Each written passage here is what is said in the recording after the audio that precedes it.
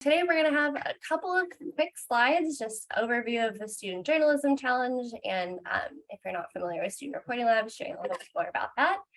And then we'll turn it over to a couple of awesome pros and students and student pros to have a quick conversation about kind of finding your story and some important things to keep in mind as you're starting an audio project to be part of the Student Journalism Challenge.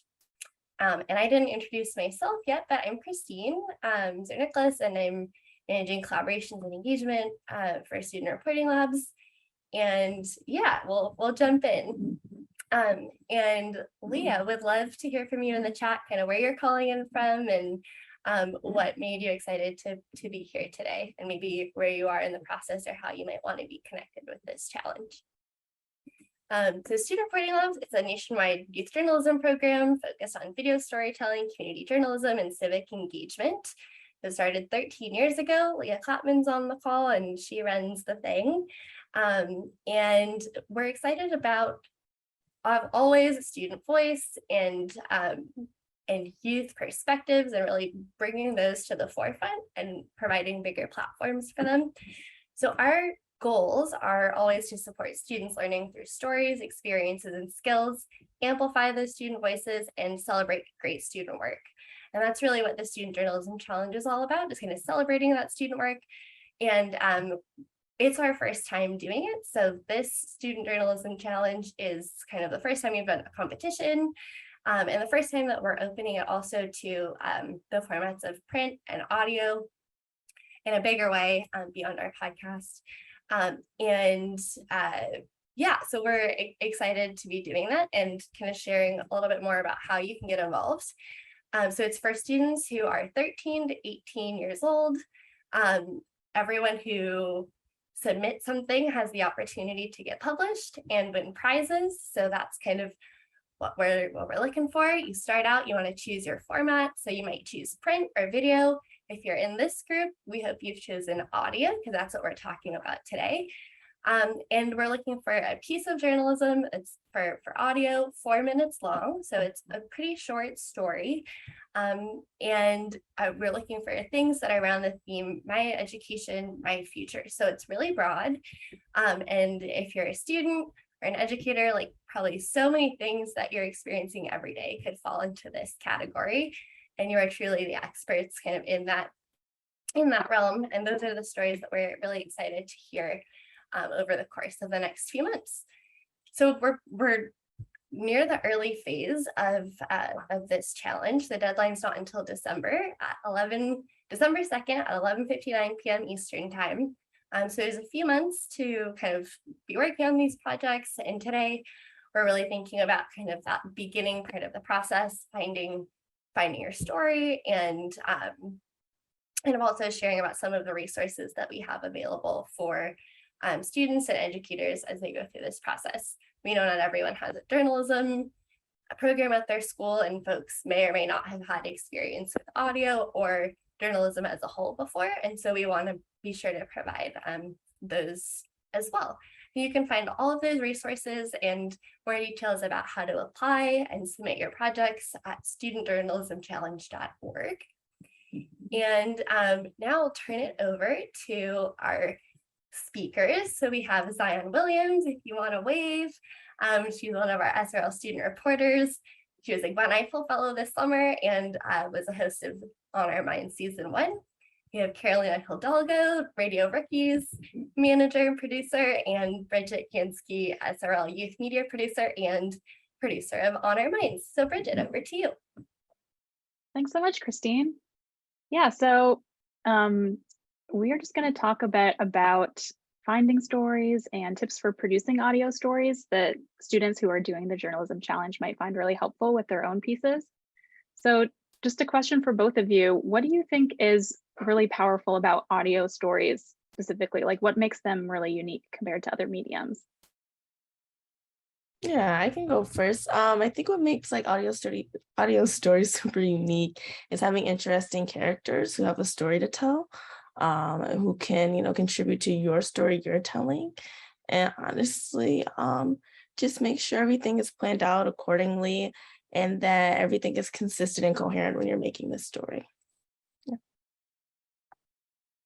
Yeah, I think that one thing that is like can really make your audio story sing, and also just makes audio special in general, is that you can, I think a lot of times young people are used to like writing essays, writing book reports, and it's just a different type of storytelling that you get to try out, and you get to kind of like think about the way you would tell a story to a friend.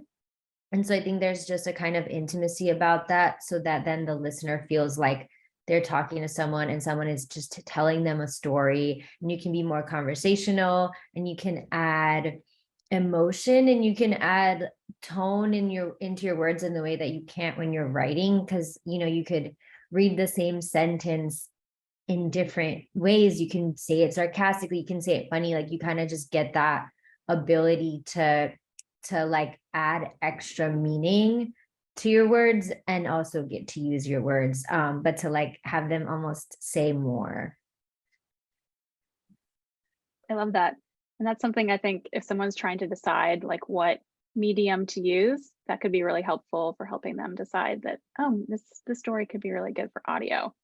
And something I love too, just with On Our Minds, is just really how intimate like the conversations feel. It's like, because they're like literally in your ears, you're listening to it. And you don't have to worry so much about like, how am I going to illustrate this in the way that you do with video? So Carolina, I know oftentimes like students come to student reporting labs with like a vague idea of like, I want to do a story about climate change or trans rights. And it's really an idea, not really a story yet. What tips do you give students or young people to help move from like topic to story? Yeah, this is really common, and not even for young people, but for just journalists in general, is you can be interested in something, but like trying to figure out what's going to make that story unique, or like what you're going to add to the topic. And like you said, really getting to a story instead of just a topic. And so one thing that we do at Radio Rookies is really like try to ask, and you can do this by yourself. It'd be great if you have someone to kind of talk things through with. That's always really helpful. But like ask yourself why. So just for like I want to do a story about this XYZ, why? And like just keep asking yourself why, and kind of like digging into your own interest. So like, for example, one of the recent stories that we worked on, we had a participant, her name was Betsy Jane, and she had moved here to New York from Nigeria a few years ago, and she wanted to do a story about self-defense classes. She felt like they should be teaching self-defense in schools, and she wanted to look into like, why don't they teach self-defense in schools? And we just kind of kept like talking it through and kind of being like, but why are you interested in that? And it turned out that she was saying that she just didn't feel safe here. And so we kind of even more like, why don't, and she said she felt safe back where she grew up. And we were kind of just like, okay, like, well, why, like, why do you think you feel that way? And it turned out that she mentioned the Gabby Petito case, and like the news media coverage of when, like, so to her mind, it was like, well, when a white girl goes missing or kidnapped or something, like everyone's talking about it on the news. But when a Black girl goes missing, is kidnapped, like it doesn't get the same attention. And so she felt more scared, because she felt like if something happened to her, then people wouldn't care or pay attention or try to find her. And like that was the reason why she wanted to do a story about self-defense. And that was the reason why she had enrolled in a class in self-defense. So it's like really just having enough conversations to get at like the why behind your interest, I think will give you like, then she was able to add that personal angle to her story. And kind of, I mean, our stories are very personal. Like there's different types of journalism, there's different types of audio stories. Like they can be like completely straight reporting and you're not involved in the story. A lot of Radio Rookie stories are more personal. So yeah, that's just like one example of really kind of trying to like interrogate where your interest comes from and seeing if that can become part of the story. That's so interesting. I love how it was like a conversation. And how do you know how much she was aware of why she wanted to do that story? Like when at first when she proposed it, or was it like that really kind of helped her understand, why this was like a compelling topic to her? Yeah, she just kind of was in, like, she just like was saying she was interested in self-defense and like really wanted to learn it. And so Yeah. I think it was really through like multiple conversations that, because you can have a thought and like you haven't really thought that deep on it yourself. So yeah, that was just like something that came out through like more conversations about the topic or the story idea. Yeah. I love that, really helping each other kind of tease out the why there. Yeah, and like Um, you can do that with a friend, with the teacher, with the family, just like, hey, I want to talk about this topic, and like even see what their thoughts are about the topic. But yeah, I think sometimes it's a little bit hard to like question yourself. So if you can collaborate with someone on that, because even professionally in newsrooms, journalists are talking to editors or colleagues. So I would suggest doing that with a friend or a parent. nice. Zion, to you. So I know you've done a number of lots of different video stories, but also radio stories as well. What advice do you have for students about where they can find story ideas, and where have you found story ideas that you think might be a good tip or technique for other students? That's what it is. Yeah, well, with me, I usually look within my life and what's going on with me to find story ideas, like the story I produced last week on toxic productivity that had more to do with me and my life, because I've had experience where I was overly productive and stressed out and didn't know how to handle it properly, or didn't take a step back and realize that, hey, maybe I don't need to be doing all those things. So I took those experiences from my life and kind of put it into a story. That's what I do with most of my stories. The story I did on Our Minds was the same instance. I've always had like trouble comparing myself to other people. So when I did season 2 of On Our Minds, my story about comparison, I really looked within myself and questioned why, honestly, like you said, why do I feel like this? Why do I want to make a story about this? And I think that is really kind of where I got my inspiration from, my own experiences in my life. And I think as well as just like maybe the media in general, like sometimes you see things on social media, like, I don't know, it could be anything, and you do research on it and you can dig deeper into it and it kind of forms a story in your head. So I think that's another aspect of it, looking in your life and maybe other people's through media. So yeah. Nice. So obviously, if you're telling like a personal story, it might just be your own voice, but for other types of stories that might, require or be nice to include interviews, what tips do you guys have for finding people to interview, and also any tips for like making a good ask that helps people, say yes and want to be part of your story? Carolina, what do you think about that? So I think there's this is very generalized. I'm generalizing here, but typically the young people I work with end up either interviewing people that fall into two categories. So one is more of like an expert, kind of like an academic, or someone who's like that type of expert, right? Like either a professor, someone who wrote a book about a certain topic. And then there's like the other type of expert, which is someone that has lived experience and has like gone through something in their life. And so I think if you're trying to find someone who's more of an academic, it's typically fairly easy to find an email address for a professor or someone. So if you're kind of Googling or if you're reading news articles about a certain topic, you can also sometimes see who's quoted and look up their work. Or you can, kind of while you're doing your research, find the page with someone's email. And so usually we'll kind of draft the email together. And so you'll explain what you're doing, what it's for, a little bit about what you want to talk to them about, and then ask their availability if they'd be willing to talk to you. Sometimes trying to find people that fall into the other category is a little bit more challenging. So for example, we had a participant named Rainier who was working on a story about the NYPD gang database. So he was trying to find young people who had been who had been labeled as gang members by the NYPD. So that was a little bit more challenging. And in instances like that, it's really good to reach out to advocates who are sometimes easier to find online. So you can, look for people who are like tweeting about the issue, and maybe they're a lawyer, or maybe they're a community organizer, or maybe there's like an organization that you come across that's like a local group of people, and you can message them. And those are kind of like the middle people who could try to put you in touch with someone who's been affected by the issue. So that's always, I think, like the best starting point for someone who's been more affected directly by an issue.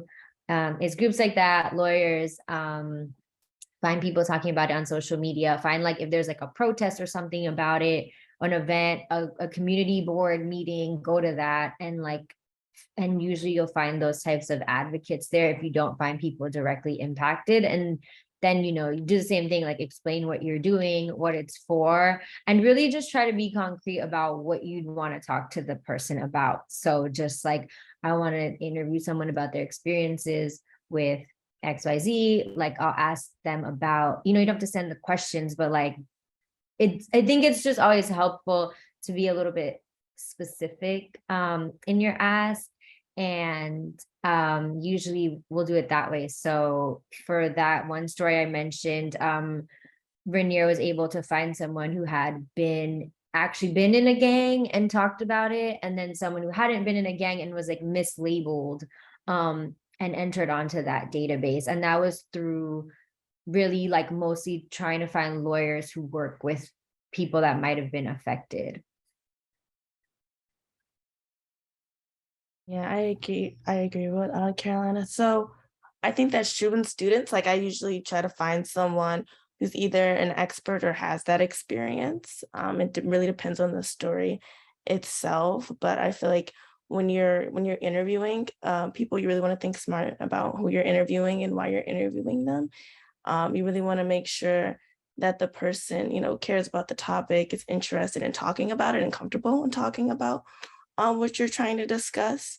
And I think what really helped me when I was doing, my Gwen Ifill Fellowship piece was the pre-interviews. They really helped. I think those can help a lot. I know not all situations you have time for a pre-interview, but I think for me that really helped because I kind of saw what the person wanted to talk about, where they were leaning with the topic, and I understood their point of view before I started the piece, before I got too ahead of myself. And then when I feel like when you're asking someone to be interviewed, definitely be specific. Always tell them like the time, the day, when, where. And I usually have questions just so they kind of know, but I don't think they're necessary, but just so they kind of know what you're asking them. And honestly, I feel like it makes people maybe more comfortable when you have questions because they know what to expect. So it's not like, up in the air, but that also has to do with being specific and telling them specifically what you want to interview them on. That's great. I would also add that like for Honor Minds, I think we've been able to secure interviews with like some influencers and like famous athletes because it's over Zoom and they actually don't have to go anywhere and it's just 30 minutes. And like it actually makes it a lot easier to agree to an interview over Zoom. So for anyone who's trying to decide, if there is someone that not in their area that they'd want to include an interview with, like you can totally do the interview over Zoom. One tip though for just audio quality, we always ask the other person if they can record on their end because sometimes the Zoom audio can get a little bit glitchy, but that can be another, like Zoom can actually work to your benefit that way. So Zion, going back to you. So let's say you have your story idea, you've kind of honed it, you've talked about it, you have people who have agreed to do interviews. What do you do next before you just start recording? Do you kind of have a way to kind of start your planning process, or do you just dive right in? What do you do? Usually I kind of just dive right in if I have everything together. I usually wait until like I've interviewed the person so I know what they're talking about, so I can relate my dialogue to what they're saying, because I don't want the story to be inconsistent. I try to wait for the interview, but usually I just dive right in. I start writing my script based off what they're saying and kind of also what I want the story to be about. I think it's important with your questions, especially to make sure you ask really good questions. And I usually try to ask them in an order that makes it easier for me to write my script. And I usually try to end on like a positive note with my questions. That just for me to make it a little easier when I'm trying to get my script together. But yeah, I think it's definitely just, I mean, when you're writing a script, definitely just go and start writing, see where it takes you.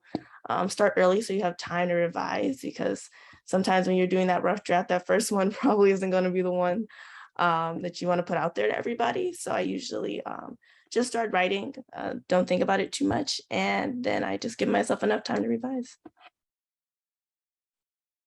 Nice. Yeah, that revision is important too, because sometimes it feels like when we have a rough cut, it's like, okay, we did it, it's done, and it's like, oh wait, let's actually take a listen and see if things are as tight and as trimmed, and need to re-record voiceover parts and voice track, and yeah.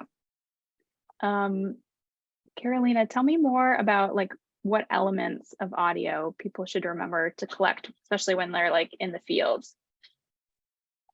Yeah, I think especially when you're kind of new to this, you should try to record as much as you can. So definitely have your recorder running while you're like about to go meet the person. So sometimes it can be really helpful to have those little moments of like you greeting someone or you saying hello to someone, so that then when you're going and writing the script and you're saying like, I met up with so-and-so, let's say it's a story about their neighborhood. So you're like, I met up with so-and-so at like this park. You can just have that background noise of like you walking up and you saying hi to the person. And it's just, it's really important to have scenes. So with audio, you kind of want as much of like you being in a place and like things unfolding around you, which you also call like ambient sound, right? So you're like in a location and things are happening. And starting to record when you're about to meet someone for an interview is a great way to add like a little bit of that if you don't have too much of that otherwise. So like keep it running, and then at the same time, keep it running at the end. There's been times where like I turn the recorder off, I pack everything up, and then, I keep chatting with the person and then they say something like really incredible. And I'm like, oh, I already put the recorder away. So just like really keep it running. You might end up with more tape you will end up with more tape to go through, but it can also be like a really great piece that you want to use in your story. Another thing is getting room tone, which is whatever room you're in. If you think about it, rooms are never actually that quiet. Like there's either like some sound outside the window, or maybe there's like a heater buzzing that you can't turn the heat off because it's like a radiator and it's making like a little hissing sound. So wherever you are, you just want to make sure to like ask the person you're interviewing to like be quiet for about 30 seconds to a minute and just record that background sound. So that'll help you it'll help it. So like if there is a little bit of a hum in the back, your piece won't go from silent to someone talking with a hum in the back, because you'll be able to blend it in better. So I think that those are kind of the main things. And then just like if there's any opportunity for a scene, so like this depends on your story, right? But anywhere that you can kind of be and just stand and record and there's like action happening around you or people doing something. So I used to be a photographer, so I think about it kind of the same way. Like if you were going to take a photograph of someone, instead of just posing them for a portrait, is there anything that they might be doing that you can get like an action shot? So I think of it that same way. It's like action sound. Like, is anyone in the story doing anything that sounds like someone doing something, is really the simplest way to put it. So those few things. I love that. Zine, did you have any other tips for that? Or just things to record out in the field when you're doing interviews? Or I know audio scenes has been a little bit tricky for students who are like reporting on honor minds, because it's usually, a story about something that's happened in the past. or an interview, but I think it would be really cool for us to include more like audio scenes in some of our episodes. Yeah, I think definitely having those action steps brings the listener in, because they're experiencing it more than if they're just listening to someone's voice. Like if you're talking about school and maybe they hear like a locker shit, I feel like it kind of brings them into the story, and kind of encompasses them. So I think that's very helpful. Yeah, action sounds are good, I believe, and then just making sure like there's no like buzzing or weird sounds or your audio cuts out. I remember when I was doing my my first like producing my first audio story for Honor Minds. For some reason because I actually recorded it and just like sent the entire video to the youth media producer. And like there was like no sound, like there was no sound. It was very embarrassing. So it was like just static or buzz. So make sure that all your equipment is working when you're, doing things like that. Make sure everything's charged, everything's plugged in. You have headphones if you're doing it that way. Or well, you had headphones if you're using a mic, but if you're recording as well, make sure you have headphones, depending on which whatever way you want to do that. So yeah, definitely don't make my mistake. But that's the best way to learn, right? Is like you make a mistake and you're like, you'll never do that again, right? Well, never, never. Yeah. So to both of you, tell us a little bit about like incorporating research or data about a topic. Like how does that add to the story, and what can that what can that do for a story if there's some like data or research involved as well?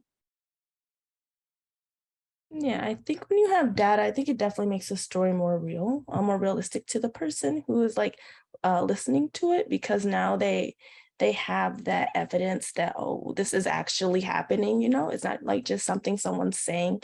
They have that background knowledge, and I feel like it definitely makes the story more real, and brings the person who's listening more into the story, for me at least.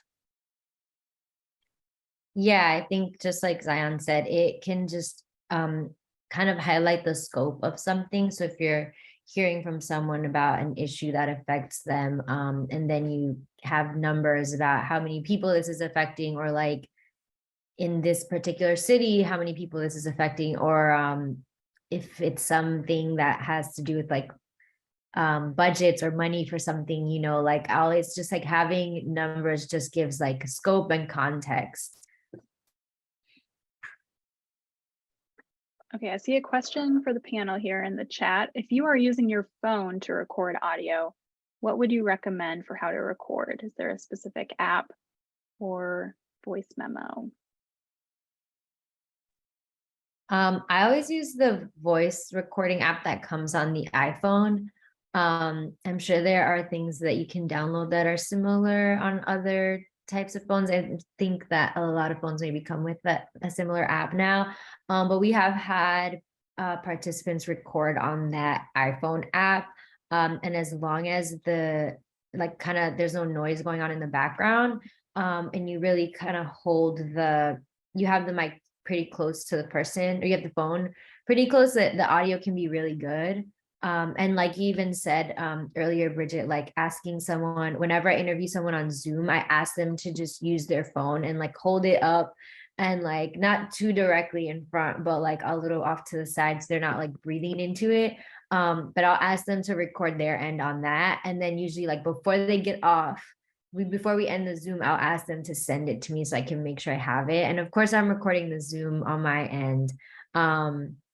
But yeah, so having that audio always has worked well. So using someone's phone will definitely work if it's pretty quiet outside and you're keeping it close to the sound that you want. Yeah, I agree. Just using your phone is usually fine as long as it's not too close to your mouth. Like keep it, at a distance, and just talking to it normally. Usually it works pretty good. Yeah, we encourage students to use voice memos or something equivalent on Android as well. And just one tip, if you go to like your settings and click voice memos, there's an option for audio quality to do compressed or lossless. and choose lossless so that it's not such a compressed file. Like it'll be better quality if it's lossless. So that's just one tip too, but you can get good quality, yeah, just from using your phone. So you don't necessarily need like, really expensive equipment to go out and do an audio story. You probably already have what you need right there. Let's see. Carolina, are there some like common mistakes that you frequently see with student stories or just beginner stories that like you would like people to know about ahead of time before they make those same mistakes too? Yeah, I think that one of the hardest things to do is to make your audio stories sound conversational. So if you're writing, you're sitting down to write a script, you're kind of like gonna fall into like writing how you write instead of writing how you speak. I think that's one of the hardest parts, is writing how you speak. So for that, I would suggest sometimes if I'm writing a story, or participants that I work with, I'll suggest this to them, is like, again, just get on your voice memo app and just like, if you were going to tell this story to someone, how would you start it? Like if you have all your interviews, you have everything, you're sitting down to like write the narrative of the story. And sometimes it helps a lot to just talk it out loud to yourself so that you can kind of see, and you're going to revise, like we talked about. You're not going to take it word for word and that's going to become your story, and then you go record it over again. But I think it really helps you to listen to how you talk and to how you tell the story to someone or to a friend or to yourself in an empty room out loud. Because I think like one of those common mistakes is just like really sounding like you're reading like an essay that you wrote. So you want to write the script how you talk, so that when you read the script and record yourself, you sound like how you talk. And it's easier to sound like how you talk, because reading the script while recording it is already hard to not sound like you're reading sometimes. So you want to make it as conversational as possible for yourself. And then another thing is just like remembering to be very silent while you're interviewing someone else, because just naturally we want to be like, and like, yeah, I know. And like, just like, it feels at the beginning when you're starting an audio very awkward to just sit there quietly. But I just try to like nod a lot. So anytime I would be saying, and you don't want to talk over the person, you can just like nod your head a lot and just kind of try to like be engaged with them without speaking at all over them, even if it's a little bit.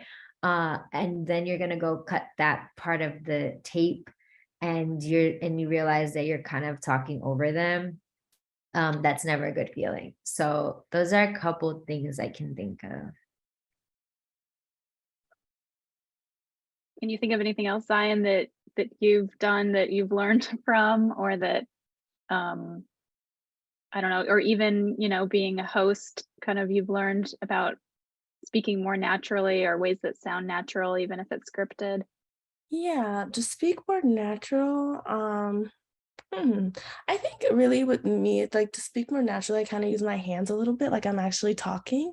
I try not to think too much about what I'm saying. Like when you're doing it, you kind of have to be in like a zone, kind of like you're acting a little bit. Like when you're reading, you're kind of acting it out, because you don't want to sound like a robot, but you want to have some emotion in your voice when you're speaking. So usually when I do it, it's kind of like I'm acting a little bit, like I'm bringing out a little bit more of my personality when I'm speaking, through audio stories, because I feel like if you're kind of talking all like monotone and you're not really giving the audience what they need to experience the piece, then it can become really boring and dull. So I really think the best way to do that is to just kind of act a little bit, bring a little bit more of yourself out in the piece, and don't be shy, just talk. And also I think like moving yourself away from the mic or whatever, giving yourself some room to actually like speak and talk and move your body will help as well.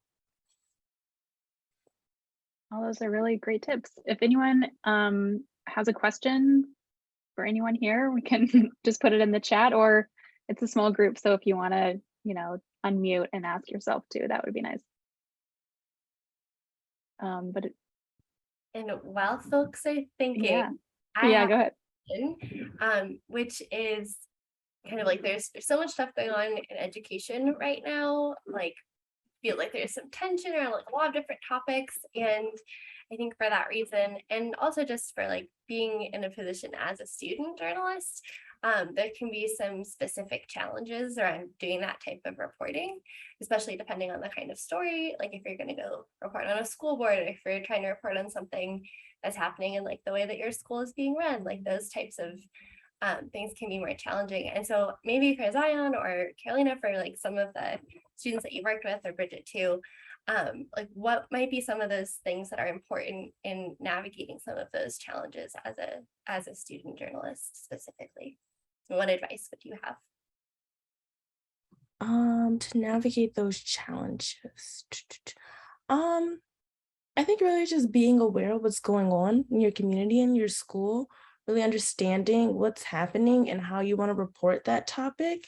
And trying to be as like, don't have a bias, try to be as like even Steven as you can with reporting those pieces. I feel like when you have a bias or you sway a certain way, it takes away from the piece and what's really going on and what the audience can learn from what's happening. So I really think be aware of what's going on in your school and don't have a bias, and then just try your best to really inform the audience on what's going on and why it matters and why it's important.